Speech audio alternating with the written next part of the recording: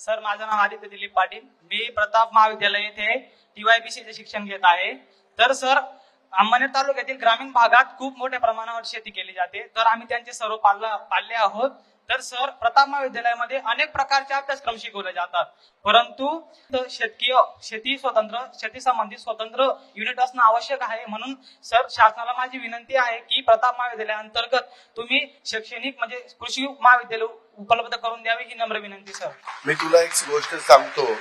आपण राज्यामध्ये पहिल्यांदा कृषी महाविद्यालय, पंजाबराव कृषी महाविद्यालय, महात्मा फुले कृषी महाविद्यालय, आपले वसंतराव नाईक कृषी महाविद्यालय म्हणजे परभणी असेल, नागपूर असेल, इकडं पुणे असेल, राहुरी असेल, अशा वेगवेगळ्या भागामध्ये आपण महाविद्यालय सुरू केली.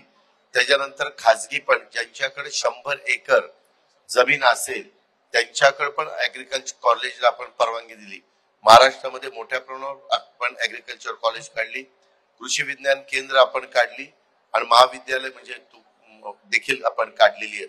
आता यांनी जर तशा प्रकारचा प्रस्ताव दिला, यांच्याकडे तेवढी जमीन नाहीये. मी मगाशी येताना विचारत होतो तर ते म्हणले, दादा आमच्याकडे पूर्वी 40-42 का 50 एकर जमीन होती, परंतु त्याच्यातली 27 एकर जमीन त्यांनी स्पोर्ट्स म्हणजे क्रीडा संकुलाच्या करता दिलेली आहे. जर यांच्याकडे तेवढी जमीन असेल तर जरूर कॉलेज द्यायला.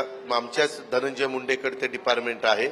त्याच्यामुळं प्रस्ताव पुरेपूर सगळ्या नियमामध्ये आला तर आम्ही तुम्हाला ऍग्रिकल्चर कॉलेजला परवानगी द्यायला तयार आहोत. धन्यवाद.